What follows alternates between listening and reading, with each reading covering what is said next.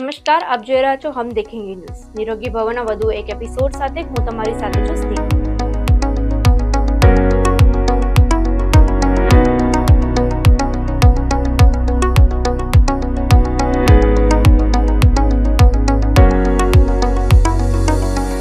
શરીરમાં કોઈ પણ વસ્તુની કમી હોય તો તેનાથી તકલીફ તો થવાની જ છે.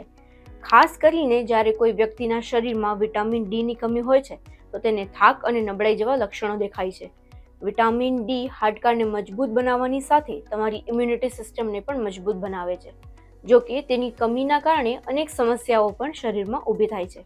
ત્યારે આવો જાણીએ ડોક્ટર રાકેશ શર્મા પાસેથી કે વિટામિન ડી ની કમી હોવાથી શરીરમાં કયા લક્ષણો દેખાઈ શકે છે, વિટામિન ડી શું રોલ ભજવે છે, તેમજ ખાસ કરીને તમારા શરીરમાં કયા વિટામિનના ભાગરૂપ લોકો બીમારીના જલ્દી શિકાર થઈ શકે છે. હમ દેખેંગે ન્યૂઝમાં આપનું સ્વાગત છે. વિટામિન ડી એ આપણા શરીરમાં કઈ રીતે કામ કરે છે?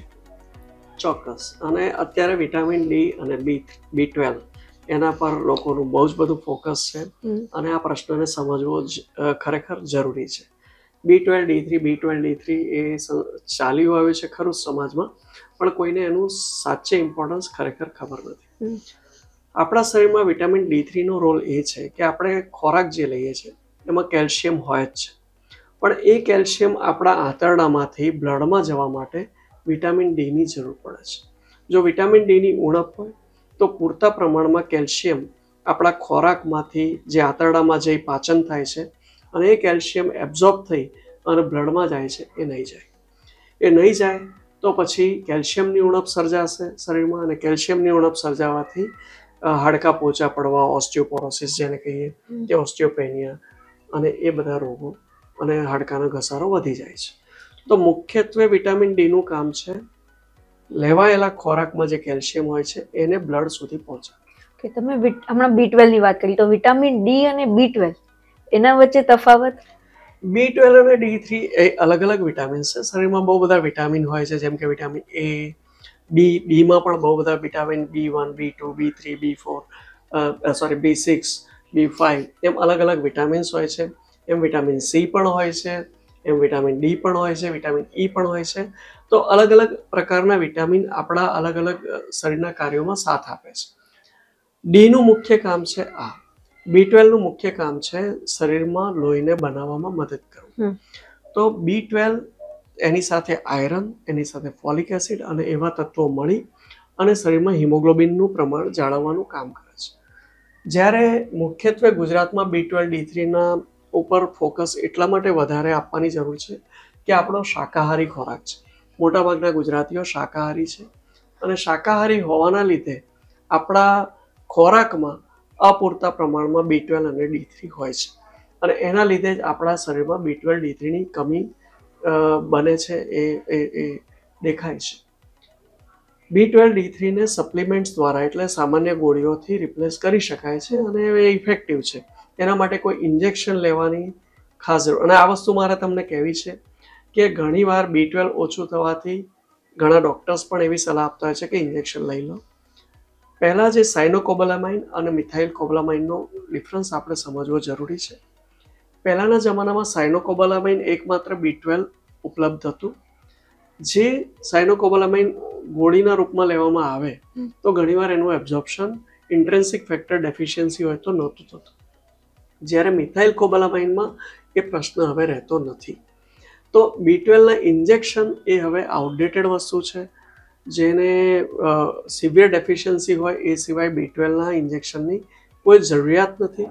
મિથાઇલ કોબાલામાઇન ડૉક્ટર આપે તો બીજા જ દિવસે તમારું B12 વધી જશે.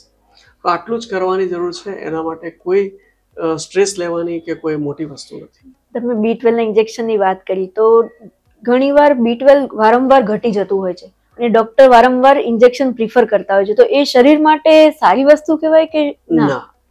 એટલા માટે નહીં કે B12 ના ઇન્જેક્શનની ખરેખર જરૂર નથી જ્યાં સુધી તમારી ગોળી એ B12 ને બ્લડ સુધી પહોંચાડે છે. તો B12 માટે ઇન્જેક્શનની જેન્યુઅનલી બહુ જ રેર કેસમાં એ બી ઇન્ટ્રિન્સિક ફેક્ટર ડેફિશિયન્સી વાળા જે 10,001 ને પણ ભારતમાં તો નથી, તો એવા લોકો માટે જ એ ઇન્જેક્શનનું મહત્વ છે, બાકી નથી. તો તમે B12 ની ગોળી લેવાથી તમારું B12 તરત જ સુધરી જશે. હા, પરંતુ B12 રેગ્યુલર ઉપયોગમાં આવતું હોવાથી જો આપણા ખોરાકમાં અપૂરતા પ્રમાણમાં B12 હશે તમારે સપ્લિમેન્ટ લેવા પડશે. પરંતુ B12 ની ડેઇલી રિક્વાયરમેન્ટ છે માત્ર 2 માઇક્રોગ્રામ. એટલે તમે એક ગોળી લેશો તો બી આખા મહિનાનો સ્ટોક તમારી પાસે આવી જશે. વિટામિન ડી ની કમી થાય તો કયા લક્ષણો દેખાય? વિટામિન D3 થી ઘણા બધા, જેમ કે સાંધાનો દુખાવો થવો, અશક્તિ લાગવી, શરીરના હાડકાં પોચા પડે એટલે અર્લી ફ્રેક્ચર, કોઈને ઇઝીલી ફ્રેક્ચર થઈ જાય કે હાડકાનો ઘસારો નાની ઉંમરે વધતો હોય તો. અને હવે તો વિટામિન D3 ડાયાબિટીસ સાથે બી એનું કનેક્શન છે, કારણ કે શરીરમાં બધા જ વિટામિન અલગ અલગ રીતે બહુ બધી સિસ્ટમ પર કામ કરતા હોય છે. તો એ સિસ્ટમને મેન્ટેન કરવા માટે આપણા શરીરમાં વિટામિન્સ અને મિનરલ્સની ઉણપ ના થાય એ જોવું બહુ જરૂરી છે. તો તમામ વિટામિન મિનરલ બહુ કોસ્ટલી વસ્તુ નથી હોતા. એના સપ્લિમેન્ટ જો તમે વેજીટેરિયન ખોરાક હોય અથવા અપૂરતો ખોરાક હોય કે જે વ્યક્તિઓના કોઈ રોગના લીધે ખોરાક ઓછો થઈ ગયો છે તો એમને સપ્લિમેન્ટ્સ આપવા જરૂરી છે. કયા ખોરાકમાં વધારે પડતું વિટામિન ડી ઉપલબ્ધ હોય છે? તડકો ખાઓ.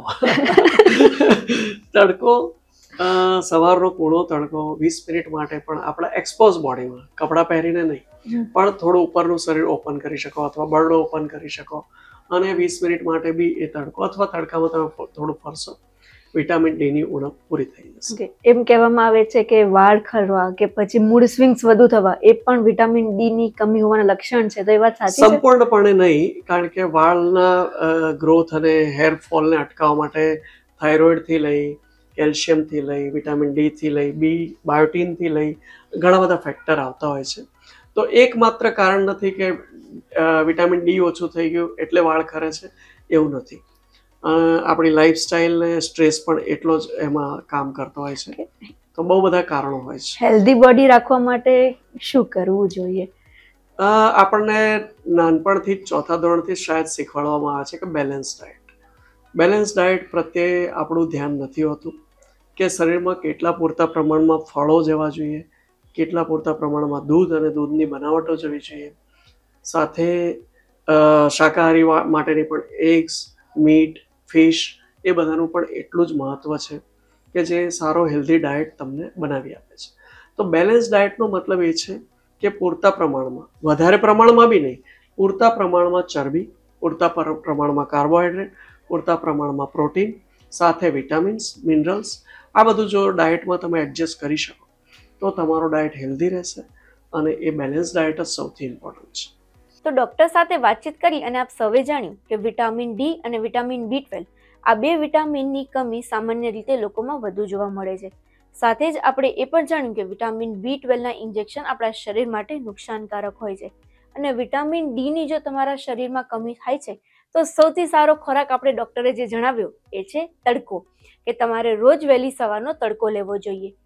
સાથે જ આપણે એ પણ જોયું કે ખરાબ જીવનશૈલી, બેઠાડું જીવન, અપૂરતી ઊંઘ અને ખરાબ ખોરાક, આ 3 વસ્તુ એવી છે જે સામાન્ય રીતે તમારા શરીરમાં કોઈ પણ બીમારીને ખૂબ જ જલ્દીથી ઇન્વાઇટ કરી શકે છે.